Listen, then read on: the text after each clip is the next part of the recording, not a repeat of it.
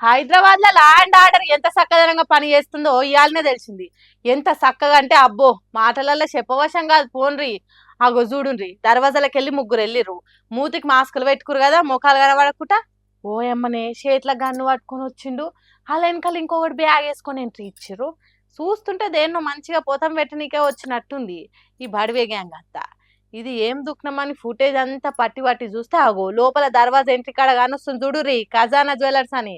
ఆ ఏడనో కాదు, పట్ట పగల అది కూడా నిత్య పబ్లిక్ తోని రోడ్లన్నీ రద్దీ ఉండే హైదరాబాద్ ఉన్న చందానగర్ బ్రాంచ్ లో అయింది ఈ దొంగతనము. మొత్తం 6 కలిసి వచ్చిరట. లోపలకు వచ్చుడుతోనే సీసీ కెమెరాలు కాల్చిరట. ఇక బంగారం ఎత్తుకపోనికి తాళాలు అడిగితే అసిస్టెంట్ మేనేజర్ ఇవ్వకపోయేసరికి పాపమైన కాలు మీద కూడా కాల్చిరట బడివేగాలు. అంతేల్మే అలా పనిచేసేటోళ్ళు పోలీసులకు ఫోన్ చేసేసరికి కాకిలు సై సై అని ఆరనేసుకొని వచ్చిర్రు. ఎంబటే వారిపోయిరట. ఇక సార్లు అన్ని దిక్కులలో దోలాడు షురూ చేసిరట.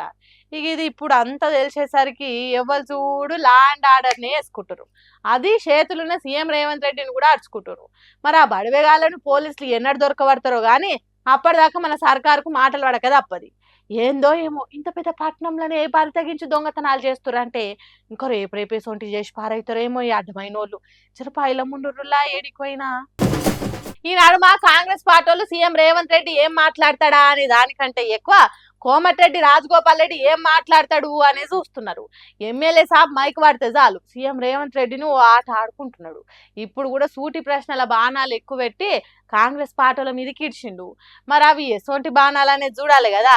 సార్ తయారుగా ఉన్నారు కదా, ఆలస్యం ఎందుకు కానివ్వండిగా. సమీకరణం కుదరలేదని అంటుండ్రు.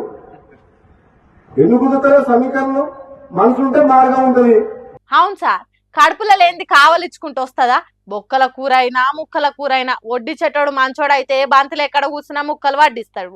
ఎమ్మెల్యే సాబ్ అన్నట్టు మనసు ఉంటే తప్పకుండా మార్గం ఉంటది. ఇక సమీకరణల ముచ్చట అంటావా, కాంగ్రెస్ పార్టీ ఎప్పుడైనా సమీకరణల ఫాలో అయిందా?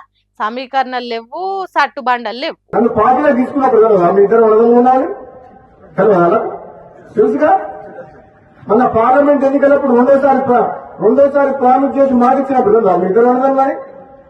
అంటే అది ఎట్లుందంటే